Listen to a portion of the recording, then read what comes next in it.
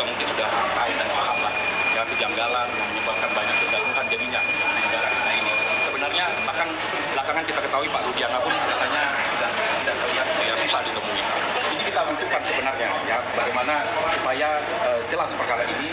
Makanya dengan ada laporan ini kita harapkan juga Pak Rudiana muncullah gitu ya. Coba kita membuka hatinya untuk begini, kita empati atas kehilangan anaknya. Tetapi juga jangan orang yang tidak bersalah kemudian berada di dalam penjara, kemerdekaan mereka disebut gitu. Nah ini kita harapkan, kita lihat ya melalui video yang dia tampil, hanya sekali itu yang kita ketahui. Sebenarnya di situ juga dia sudah mengalami penghinaan di situ ya. Dia juga berdoa semoga ini bisa diungkapkan. Padahal sudah ada ya menjadi korban menjadi terpidana di penjara seumur hidup. Nah inilah harapannya dengan adanya laporan polisi. Kita mengharapkan, ayo Pak Rudiana, muncullah itu, sampaikan kebenaran itu. Ya kalau semua sudah kita tahu lah ya, banyak sekali yang tidak sesuai, tidak benar, banyak sekali sudah. Ya bagaimana tadi disampaikan oleh Pak Jutek, bagaimana juga yang dua saksi fiktif, Liga Akbar juga dan seterusnya. Ya pra peradilan Peggy. Jadi apalagi yang kita tunggu ini sekarang ini kan gitu. Ayo muncullah Pak Rudiana, sampaikan kebenaran itu, biar juga tenang nanti ya almarhum di surga gitu ya. Ya bisa tahu jangan gara-gara ya seperti itu.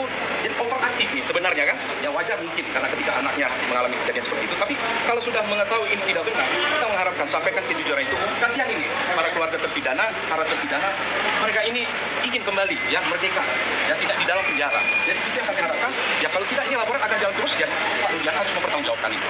Kami mau menyampaikan sedikit ya kalau ada pertanyaan. Kami hanya menyampaikan dulu. Supaya lebih objektif, maka kami membuka pintu lewat laporan-laporan yang kami sampaikan.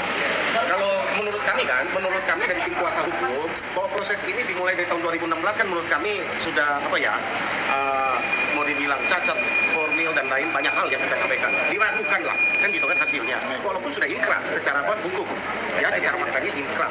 Tapi kami membuka pintu dengan kami laporkan Hasren, Kavi, Dede, Aep dan juga hari ini Rudiana, pintu masuk untuk penyidik untuk memulai satu proses yang baru. Kan gitu kan satu proses yang baru. Biarlah yang sudah inkrah itu kami akan tempuh yang namanya PK untuk menyelesaikannya. Karena itu itu kan proses hukum yang sudah inkrah kita harus hargai kan gitu kan. Biarlah kami selesaikan lewat situ. Sekali lagi kami tidak menyasar kepada institusi manapun, kita ingin mengoreksi kalau bila mana ada kekeliruan pada masa lalu hukum, ya mari kita koreksi sama-sama. Tidak kesalahan institusi secara polisi. Kepolisian tidak salah secara institusi. Ya kan? Ini oknum. Kan gitu kan? Oknum yang mungkin salah prosedur, ya kan? Tentu kita harus koreksi. Tapi hasil pekerjaan dari kepolisian penyidik saat itu sudah diterima P21 oleh jaksa. Sudah diperiksa di pengadilan tingkat 1, sudah diuji di banding, bahkan sampai ke kasasi. Menurut saya ya kita hargai lah pekerjaan itu kan gitu kan. Sistemnya, tapi kalau memang ini salah, ini menjadi satu catatan buat kita bahwa ini kesalahan yang berjamaah menurut kami kan. Ini sistem kan. Nah ini tentu prihatin kami. Orang yang tidak bersalah seumur hidup masalahnya. Ini 340 ada junto 55 penyertaan, pembunuhan berencana dengan apa? Ada hal yang turut serta. Persoalannya dari 8 orang, 1 dihukum 8 tahun. 8 tahun pun karena di bawah umur. 7 terpidana lain semuanya rata seumur hidup. Lah buat kami penegak hukum dan praktisi hukum bingung gitu loh.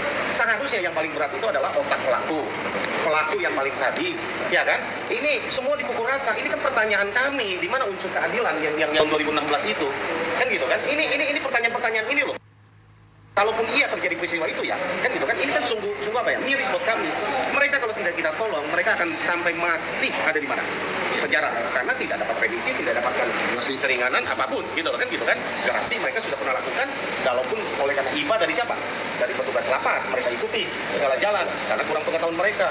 Itu pun mereka turuti, kan gitu kan? Tapi ya itulah kemanusiaan dan dalam penegakan hukum, maka kami Pradi, ya tadi sampaikan Ketua PDH Pak Dr. Asido Barat, ya kan, bahwa Pradi lewat PPH, kebetulan kami ini kejadian yang ada di Bandung,